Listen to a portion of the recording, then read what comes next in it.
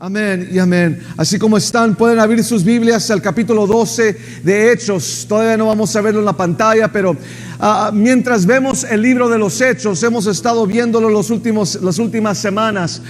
Mientras vemos esto, espero que estén entendiendo quién es Dios, quién es el Dios de la Biblia. En veces tenemos nuestras propias ideas de quién es Dios. La Biblia dice que nosotros hemos sido creados en la imagen de Dios, pero el problema es de que nosotros hemos creado a Dios a nuestra imagen. Hemos querido que Dios se parezca a lo que nosotros queremos que Él sea, e incluso su voluntad para su iglesia. ¿Qué es la voluntad de Dios? Recordemos de que esto no es el cielo, pero Él nos llama a permanecer fiel a pesar de que hay problemas aquí en esta tierra, y hay problemas también para cristianos. Y desde el comienzo de la iglesia de Jesucristo, en el libro de Hechos, ha sido una fuerte oposición y persecución en contra de su iglesia.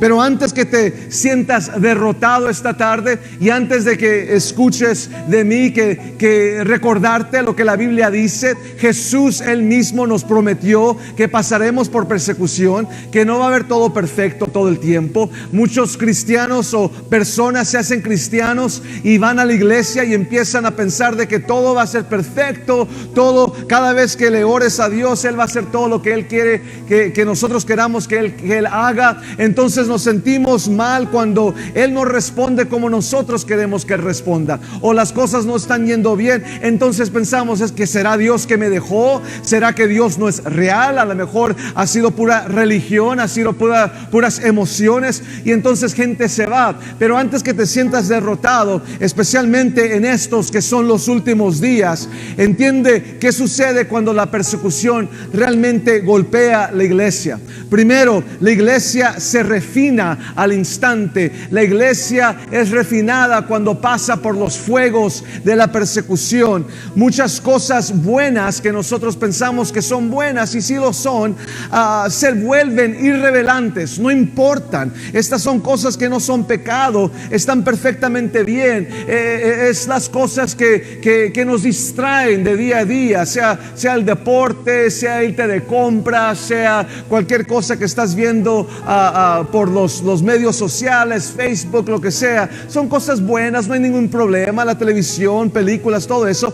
Pero cuando la persecución llega a la iglesia, ciertas cosas buenas se vuelven irrelevantes, porque de repente entendemos que no son tan importantes y no son tan necesarias para sobrevivir y honrar al Señor. Cuando la persecución llega a la iglesia, persecución real, no solamente de que algún ateo te vio mal en el trabajo, o algún vecino se burla de ti porque eres cristiano. No, persecución real, cuando empiezas ahora a reconocer que el mismo gobierno está viniendo en contra de ti porque eres cristiano. Todas estas cosas que antes llamabas prioridades no importan más. Las conversaciones que has tenido, las conversaciones que tienes con amigos en el trabajo, las bromas que tienes, las cosas que en veces tratamos de distraernos con estas cosas, con amistades, con familia, no importan más. Y luego tenemos cuando viene la persecución, tenemos una mejor visión y entendimiento de lo que es realmente la voluntad de Dios y cuál debe ser nuestra prioridad como cristianos, que tenemos una responsabilidad de vivir como cristianos aquí en la tierra. Cuando la iglesia es realmente golpeada con persecución real, todos los argumentos que tenemos sobre el estilo de la música, sobre el estilo de edificios de nuestras iglesias, estilo de vestimenta, estilo de predicación, todo esto realmente no importa más, porque simplemente seremos felices adorando al Señor. Ustedes vieron el video del testimonio de esta mujer de que salió del norte de Corea. En el norte de Corea es contra la ley ser cristiano, hasta puedes morir. Y ahora que ella ya no vive ahí, está diciendo, ahora estoy contenta de que simplemente simplemente puedo cantar con las puertas abiertas y puedo adorar a Dios. Hay una libertad cuando la persecución viene. Nos recuerda qué es importante y qué no lo es. Las cosas que nos ofenden ya no nos importan ahora. Los argumentos políticos que llevan la división a la iglesia ya no importan más, porque nos daremos cuenta qué tanto realmente nos necesitamos el uno al otro, que somos familia, que somos iglesia. Las cosas de este mundo que entran a la iglesia parecerán tan irrelevantes, y honestamente tan ridículas. Las cosas que dejamos que entren del mundo y empiecen a traer división y problemas en la iglesia.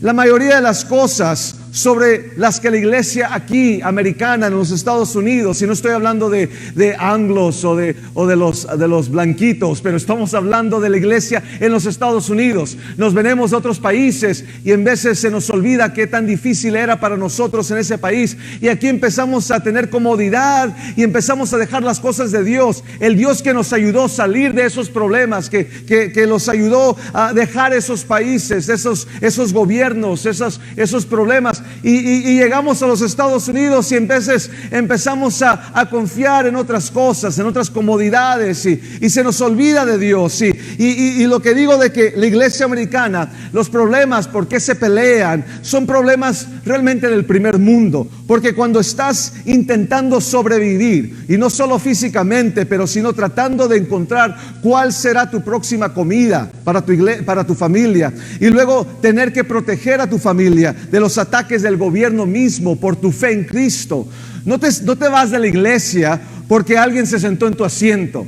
No te vas de la iglesia porque el pastor no te saludó. No te vas de la iglesia porque ya no cantan el canto que a mí me gustaba. No te vas de la iglesia por esas razones. Cuando estás realmente en opresión, cuando estás realmente en el ataque no solamente del gobierno, pero de Satanás él mismo en contra de ti y tu familia, ahí es cuando buscas a otros cristianos, una iglesia, una familia, para mantenerte fuerte juntos. Así que en la sabiduría de Dios, en su amor y en su gracia, Él permite que su iglesia pase por la persecución, para que la basura que ha cegado nuestros ojos, que no nos ha dejado ver, sea lavada, sea limpia, y nuestra visión se haga siempre más clara.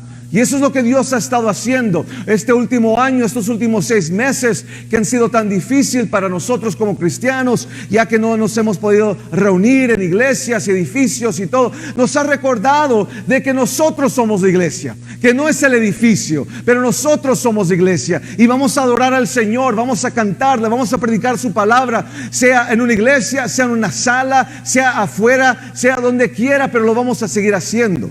Entonces nos ha recordado qué es lo que es ser realmente hijo, hija de Dios aquí en la tierra. La iglesia perseguida en el libro de Hechos nos enseña muchas lecciones. Dan su energía, dan su tiempo, dan sus recursos a lo más importante para Dios. No debemos nosotros hacer lo mismo hoy.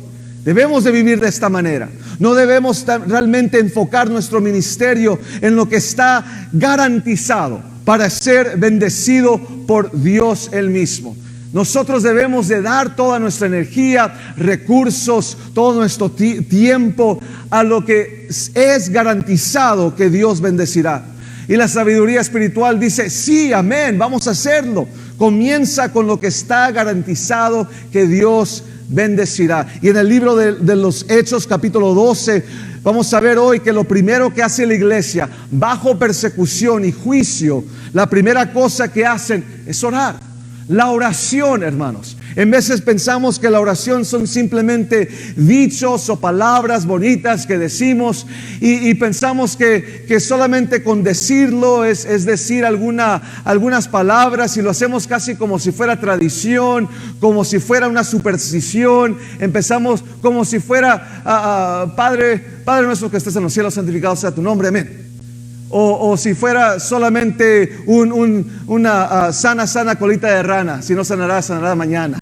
Y decimos cosas como si fuera solamente algo así, son dichos solamente, y se nos olvida que estamos hablando con el creador del universo, Y estamos hablando con el que tiene todo poder, el omnipotente, omnisciente, el omnipresente Dios, que Él todo lo puede. Y cuando estamos hablando con Él, tenemos nuestra más grande y poderosa arma, que es la oración.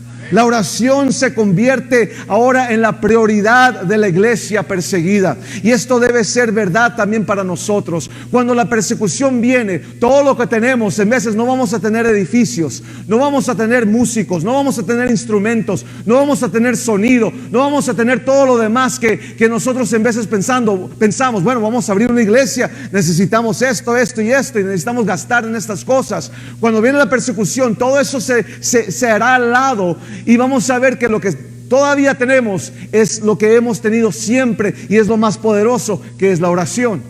Me acuerdo de un canto que cantábamos que decía, la lavo con las manos, y si no tengo las manos, la lavo con los pies, y si no tengo los pies, la lavo con la boca, y si ya no tengo la boca, pues la lavo con el alma, y si se me va la alma, es de que ya estoy con Él. Entonces no importa si no tenemos todo lo demás.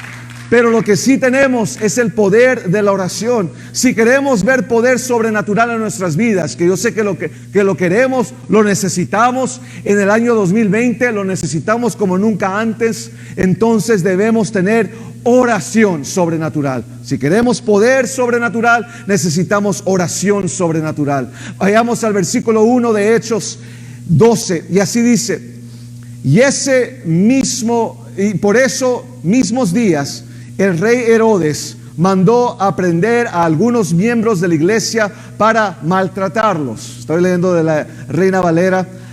A Jacobo, hermano de Juan, lo mató a filo de espada. Y al ver que esto agradó a los judíos, mandó a prender también a Pedro en la fiesta de los panes sin levadura. Y luego lo encarceló y lo entregó a 4 grupos de soldados para que los vigilaran. Cada grupo estaba compuesto de 4 soldados, y Herodes tenía la intención de presentarlo ante el pueblo después de la Pascua. Y el versículo 5: mientras que Pedro era bien vigilado en la cárcel, en la iglesia se oraba constantemente a Dios por él. Entonces vean la persecución, pero también vean la oración. Primero, número 1, allí en sus volantes, ahí pueden ver en sus notas: sufrimiento serio. El sufrimiento serio, cuando viene opresión seria en contra de la iglesia, esto trae oración constante. Ahora en el versículo 1 somos presentados con Herodes, el rey. Este no es el mismo Herodes de los evangelios del nacimiento de Jesús. Este es Herodes Agripa, es el nieto de Herodes el Grande. Hay muchos Herodes en la Biblia, no se confundan. Este Herodes es también sobrino de Herodes Antipas, el que le corta la cabeza a Juan el Bautista. Y el verso 2 nos dice que se volvió violento contra la iglesia porque esto estaba agradando a los judíos. Realmente este Herodes, él no le importaba mucho acerca de estos cristianos, lo que estaban haciendo, pero Herodes aquí es un político perfecto. Él lo estaba haciendo por razones políticas. Ahora sabía que los judíos no lo querían. Él sabía que no lo querían, pero estaba intentando obtener su aprobación, sus aplausos. Ahora sabemos que Esteban, lo vimos algunos capítulos anteriores, fue el primero en ser apedreado hasta la muerte por los líderes religiosos, por razones religiosas, porque ellos creían que el predicar en el nombre de Jesús era incorrecto, era blasfemia. Pero aquí dice que Jacobo, el hermano de Juan, fue matado por una espada, le cortaron la cabeza. Esta es la primera vez que un cristiano es muerto, es matado, no por razones religiosas, sino por razones políticas. Y tristemente Herodes Agripa es el primero de cientos de líderes políticos que han matado a cristianos, no simplemente por lo que creyeron, sino por razones políticas. Quiero que entendamos ahorita en el 2020, hay muchos políticos que a ellos no les importa qué estamos diciendo, qué estamos predicando. Hay muchos que no les importa, ellos piensan que están tomando decisiones ellos mismos. Nosotros sabemos de que hay un Satanás detrás de esto, pero ellos piensan, no les importa los cristianos locos lo que hagan, no les importa. Pero ¿quién va a votar por mí?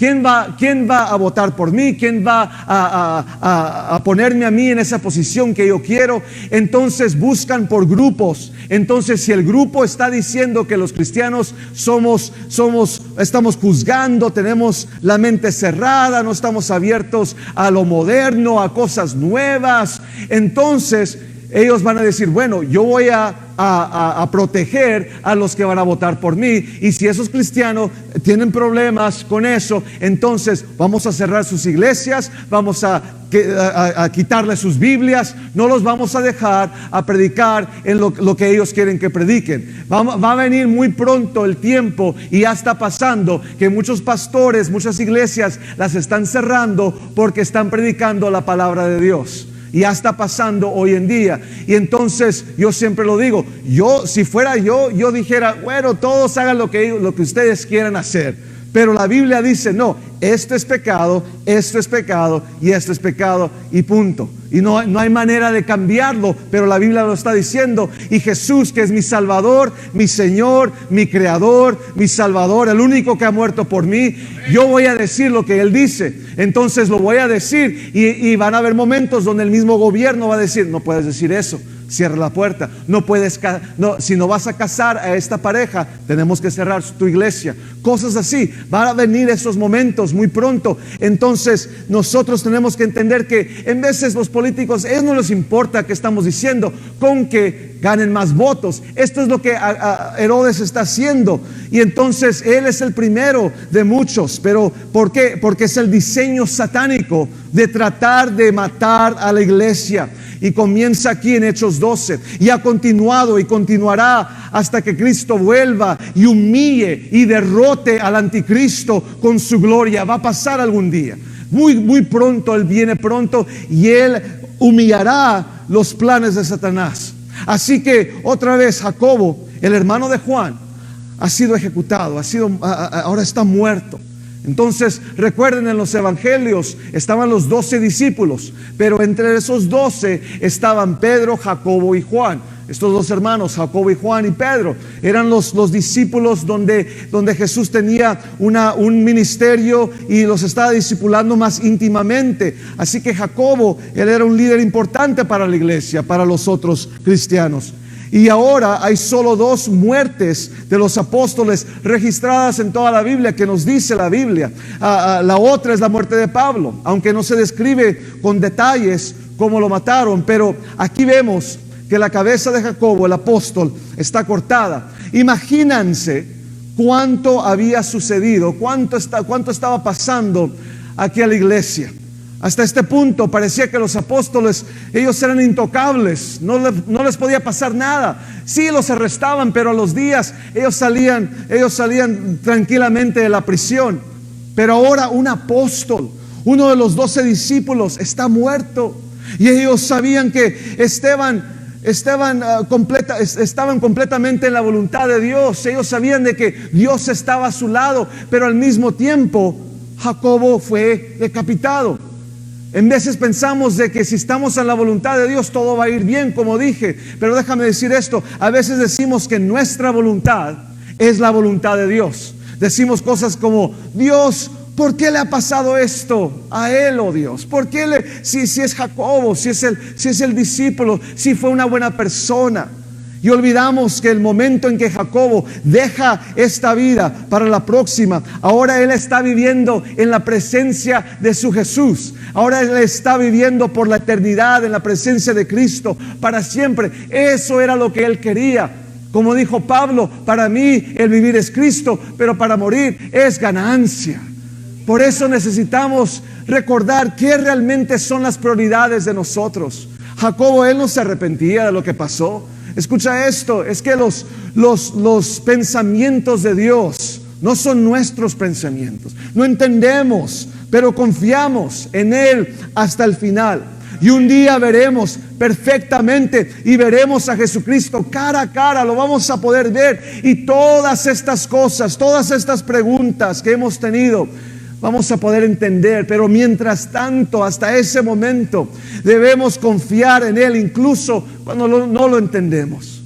Así se ve. Esto es lo que es la vida cristiana madura.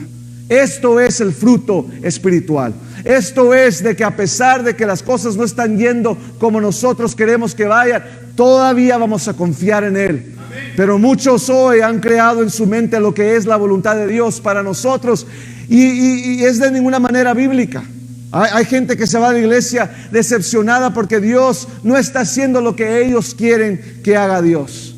Se trata más del placer humano y de confiar en el hombre que en la soberanía de Dios.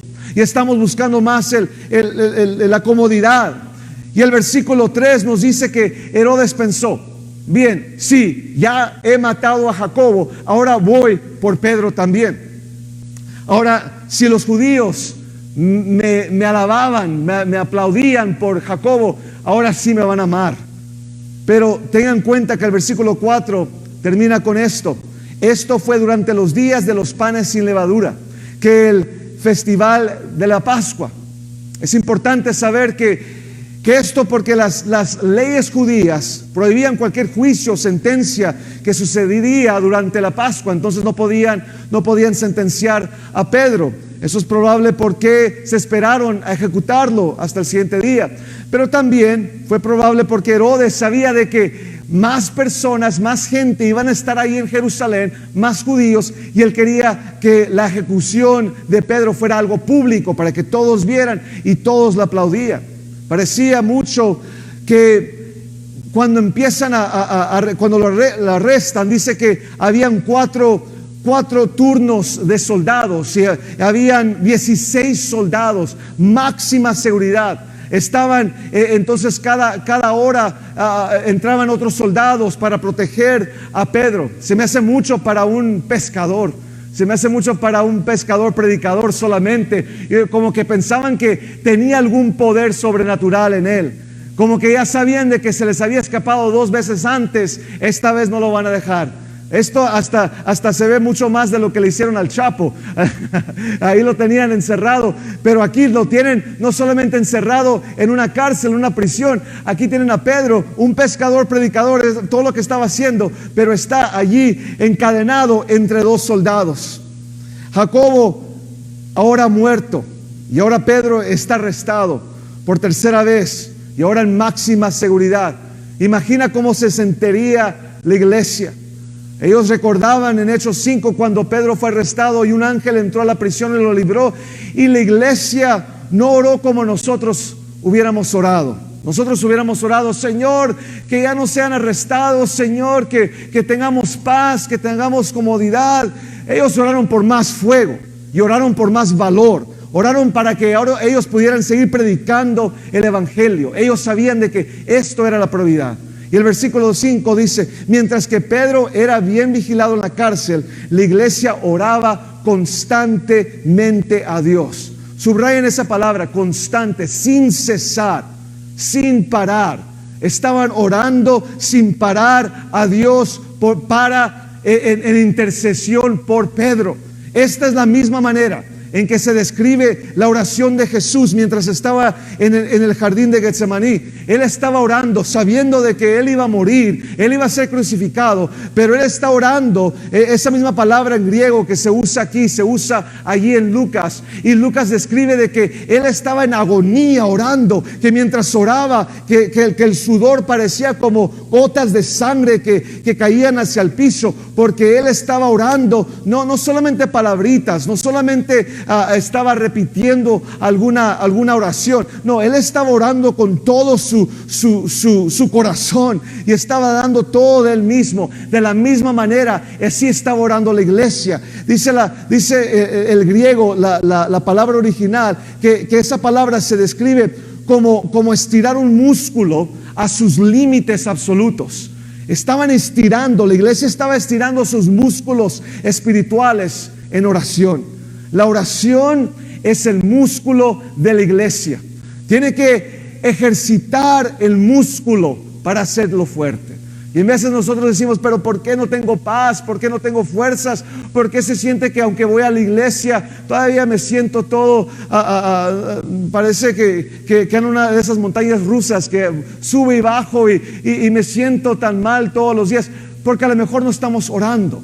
A lo mejor no estamos estirando los músculos que es la oración.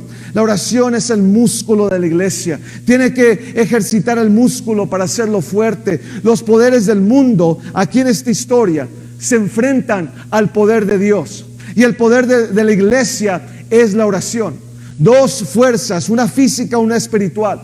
La oración es más poderosa en este momento que la espada, más poderosa que los gobiernos, más poderosa que cualquier cosa que los humanos puedan hacer. El problema es que nosotros vivimos como si esto no fuera cierto, como si realmente no creemos en Dios. Hay un libro que se llama Cristianos Ateos. Eso se escucha raro, pero si somos honestos, hay muchos que se dicen que son cristianos, hasta incluso van a la iglesia, hasta incluso son líderes en la iglesia, pero viven su vida como si no hubiera Dios.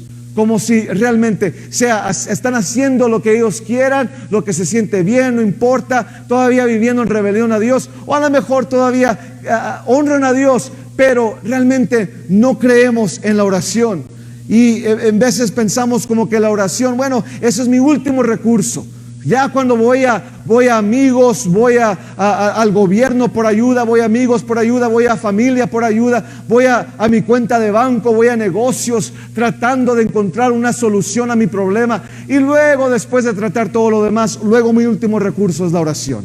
Pero necesitamos de recordar de que no hay mayor poder. Esto es lo que Dios bendice, la oración. Los humildes, los quebrantados, los que dependen en Él. Pero Él se opone al arrogante, al creído, al que depende de sí mismo. Y la oración es lo que rompe estas cosas, estas cadenas que estamos siempre enfocados en yo. Y cuando nosotros oramos, estamos diciendo, Señor, me rindo a ti y reconozco que tú tienes el poder de hacerlo. En la iglesia, en el momento que ellos sabían de que Pedro estaba en prisión, ellos se pusieron a orar. Número 2, pero una situación imposible trae una oración respondida.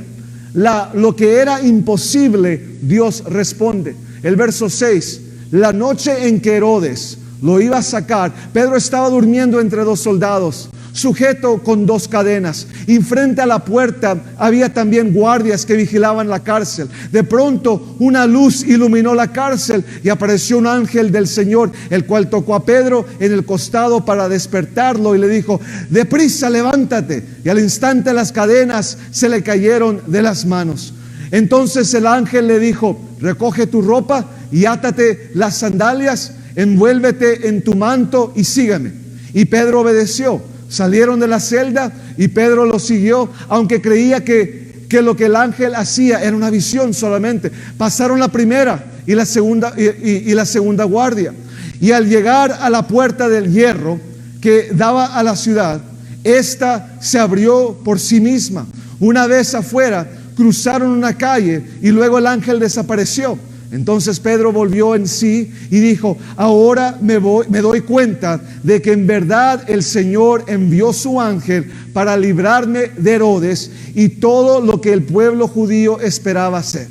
Así que Pedro se encuentra en una prisión con máxima seguridad y está ahora encadenado entre dos soldados romanos. Ahora, esto no es solo incómodo y un poco raro estar ahí tratando de ahí acostado en medio de dos soldados, pero también es imposible para escapar. Como que Dios dejó que se pusieran fuertes las cosas, difíciles las cosas. Luego, dos soldados también guardando la entrada de la celda de la prisión. Y yo creo que estaba pensando Herodes, no se va a escapar esta vez Pedro. Ahora, pero notaron también que cuando el ángel se aparece para ayudar a Pedro, Pedro está durmiendo. Él está dormido, durmiendo. La noche antes que lo mataran, él está durmiendo. Está en paz, está roncando. Y el ángel tiene que patearlo, que tiene que decir, despiértate Pedro, te voy a sacar. En unos capítulos más vamos a ver que Pablo, el que llamaban Saulo, él está en la prisión con Silas y a medianoche en la prisión, él está cantando. ¿Quién hace eso? Uno canta, el otro está durmiendo. Pedro duerme como un bebé la noche de su ejecución. Por eso Pedro puede decir, en su carta a las iglesias, en 1 de Pedro 5:7 dice, echando toda vuestra ansiedad sobre Él, porque Él tiene cuidado de vosotros. Él dice, yo sé lo que es estar en un lugar muy difícil e imposible, pero yo voy a echar toda mi ansiedad, todos mis temores, todo el temor, toda depresión, toda ansiedad, se la voy a dar a Dios, porque yo tengo paz, yo voy a confiar en Él, yo sé que Él tiene el poder para hacer lo imposible. Él estaba allí literalmente en lo imposible, en esa prisión. Pero esto es la paz de Dios. Pedro está tan lleno del Espíritu Santo que puede confiar en el Señor y punto. Él no estaba diciendo, pues voy a confiar en el Señor, pero yo voy a hacer algo. Yo tengo que hacer algo aquí y voy a esperar que se duerman me voy a hacer dormido y voy a esperar que se duerman los soldados, y como en las películas voy a tratar de quitarme estas cadenas o voy a pelear contra los soldados, voy a hacer algo para salirme de aquí porque me van a matar. No. Él dijo, voy a confiar en el Señor y me voy a dormir. Nosotros decimos, voy a confiar en Dios, pero todavía tengo que hacer lo que yo puedo hacer. Tengo que ir y buscar y voy a buscar amigos y familia y voy a tratar de hacer las cosas a mi manera y espero que Dios también haga lo que Él puede hacer. No. Necesitamos de confiar en Él. Cuando tienes tu futuro asegurado, y Pedro él sabía que si él muere, como dijo Pablo, es ganancia, está bien, no hay nada que debes temer. El Salmo 27 nos dice, Jehová es mi luz y mi salvación. ¿De quién temeré? Jehová es la fortaleza de mi vida. ¿De quién he de atemorizarme? Él está en control. Yo no necesito de temerle a nadie ni nada, a ningún gobierno, a ningún rey, a ningún gobernador. Yo voy a confiar en mi Dios. Esto es imposible, pero realmente esto era imposible dentro de lo imposible.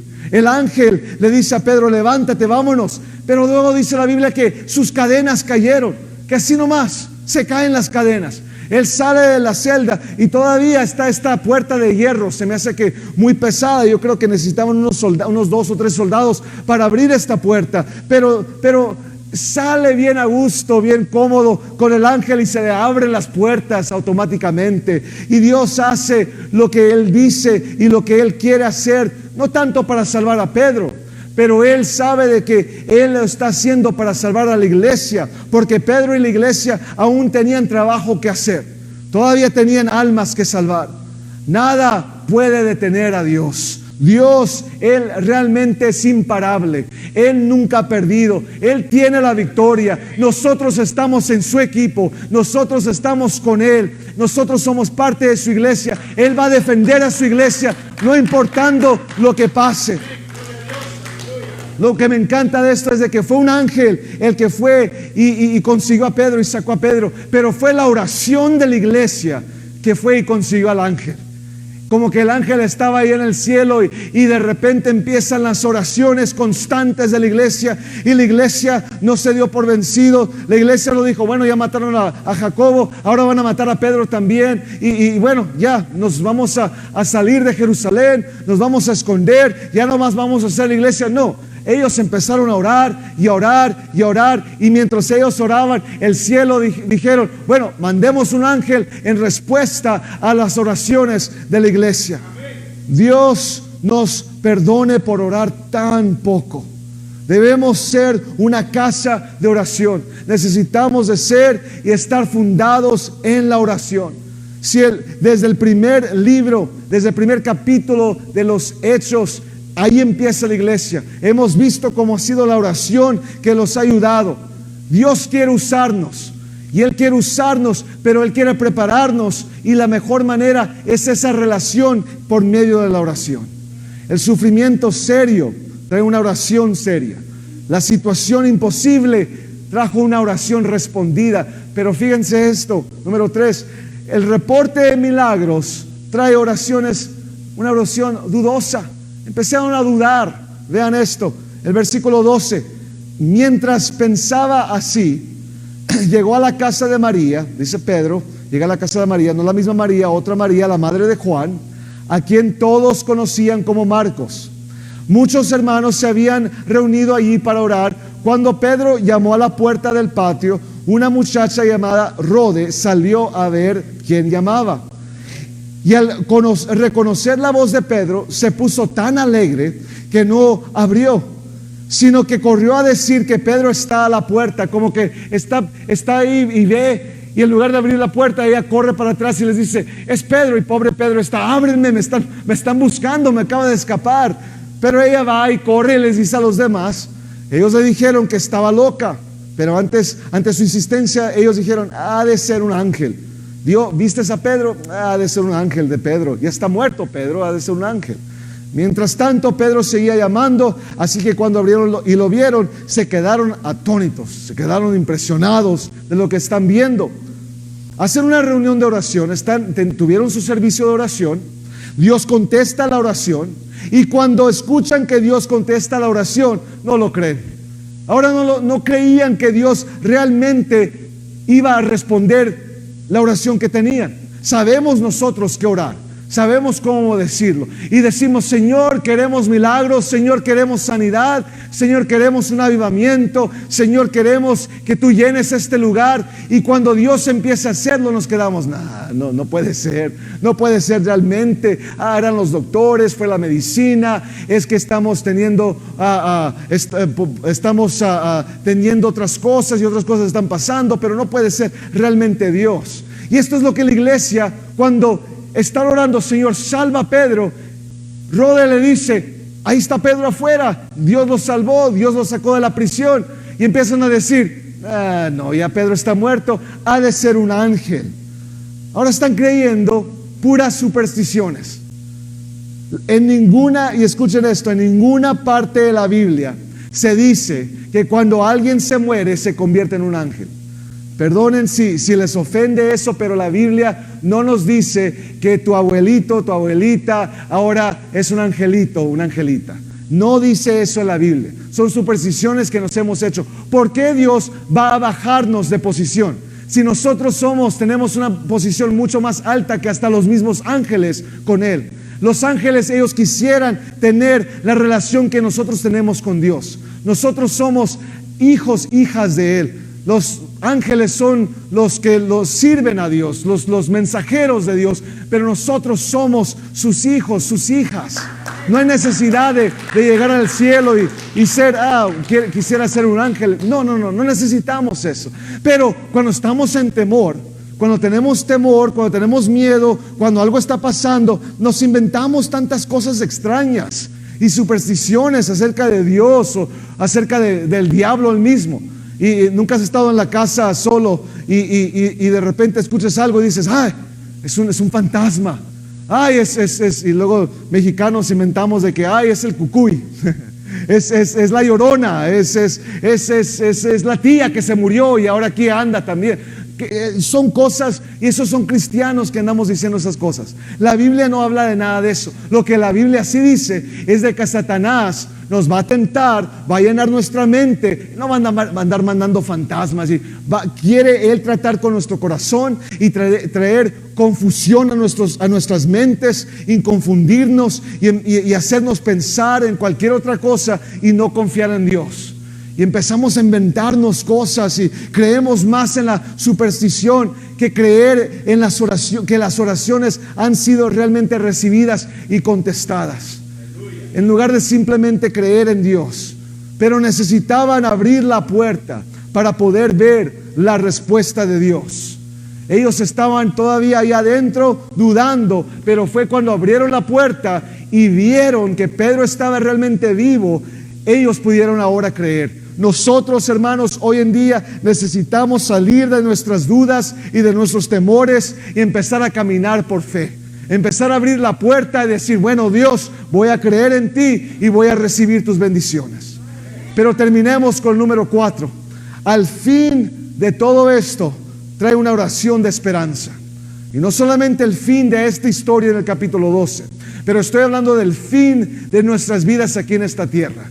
Que cuando nosotros queremos realmente confiar en Él, cuando empezamos a pensar lo que Él tiene prometido para nosotros, que en el fin Él nos dará la última victoria, eso nos debe dar una oración de esperanza hoy en día.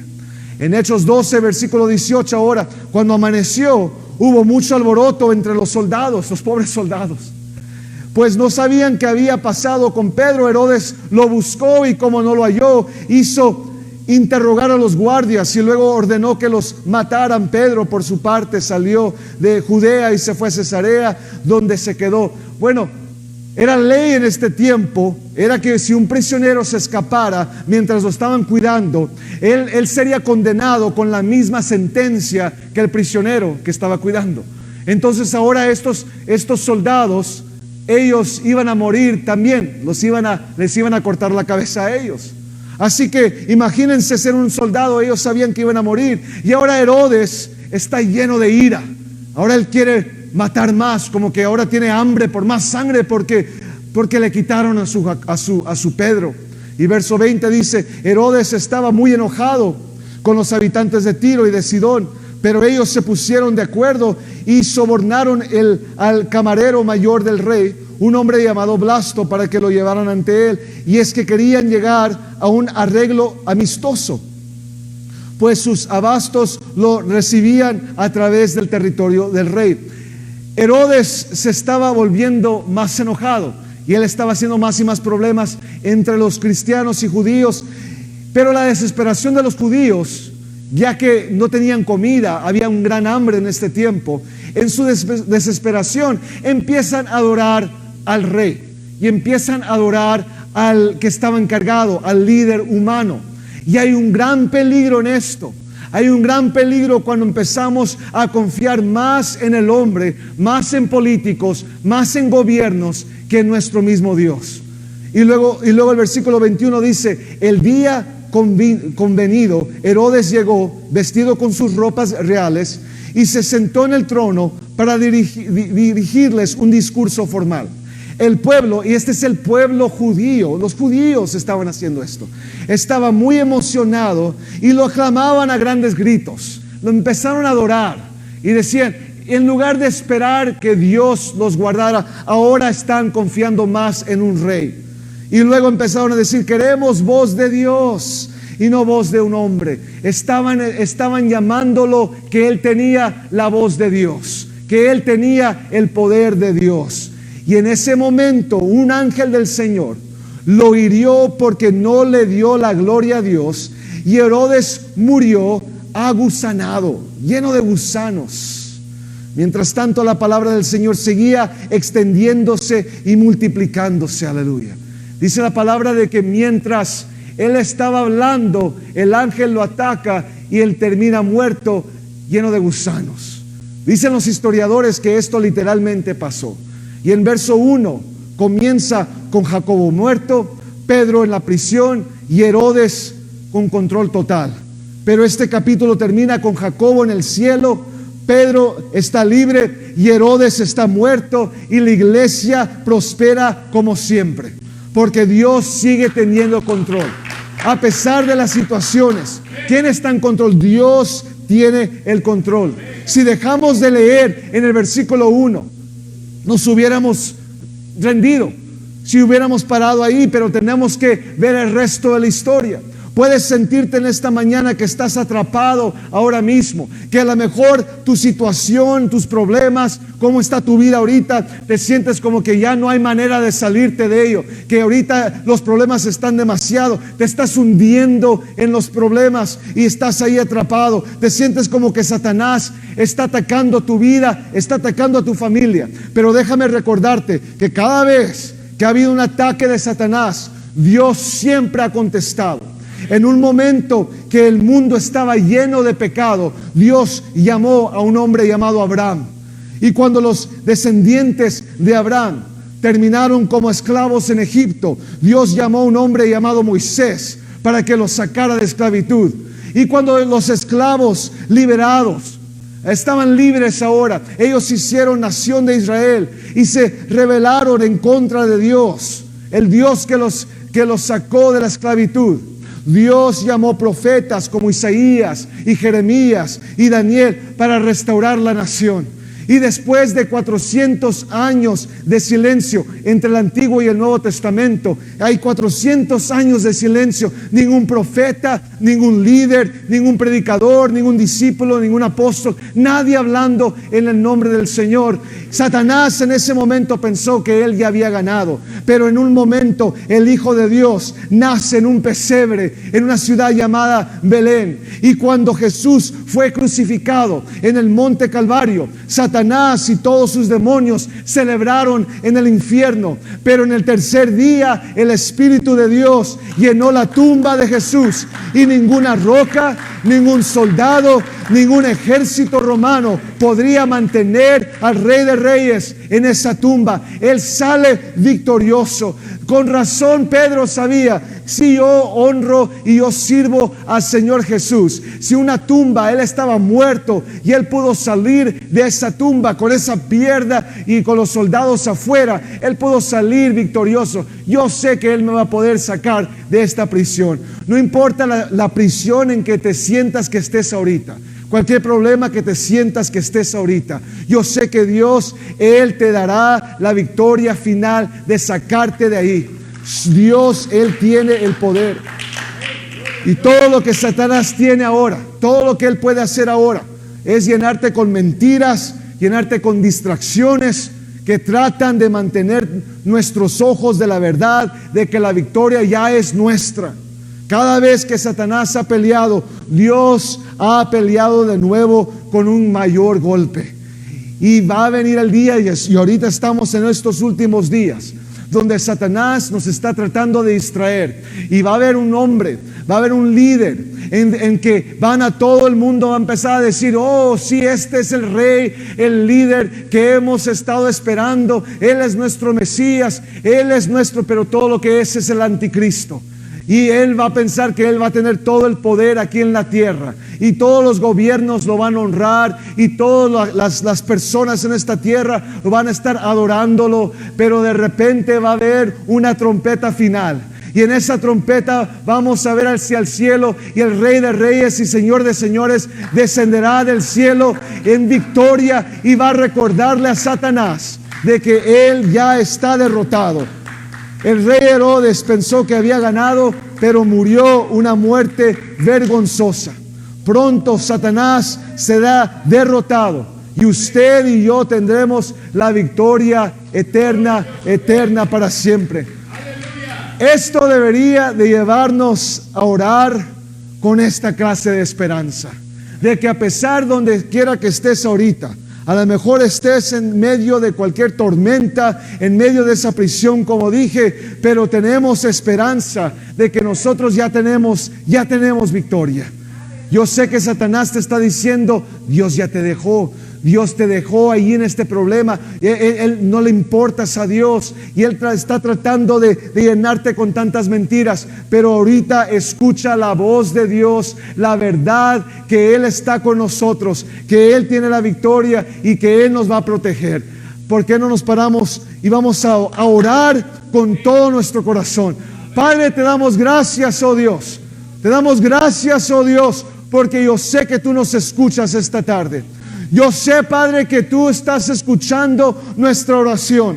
Y a pesar de que nosotros ahorita no podemos verlo con nuestros ojos, no confiamos en nuestros ojos, no confiamos en nuestras emociones, no confiamos en nuestro propio corazón, confiamos en ti, oh Dios. Confiamos en lo que no podemos ver, confiamos y tenemos fe en ti. Padre, sabemos y lo creemos de que tú ya nos diste la victoria en la cruz del Calvario, y por tu sangre todo pecado ha sido perdonado, toda enfermedad ha sido sanada, y confiamos en ti esta tarde que tú, Señor, harás lo que tú quieras hacer, que tú vas a quebrar cualquier cadenas en que estamos enfrentados. Señor, yo sé que hay algunos en este lugar, aquellos que están escuchando, que hay algunos que tenemos unas cadenas de pecado, pero Padre, tú eres el que puedes venir y tú puedes quebrar esas cadenas.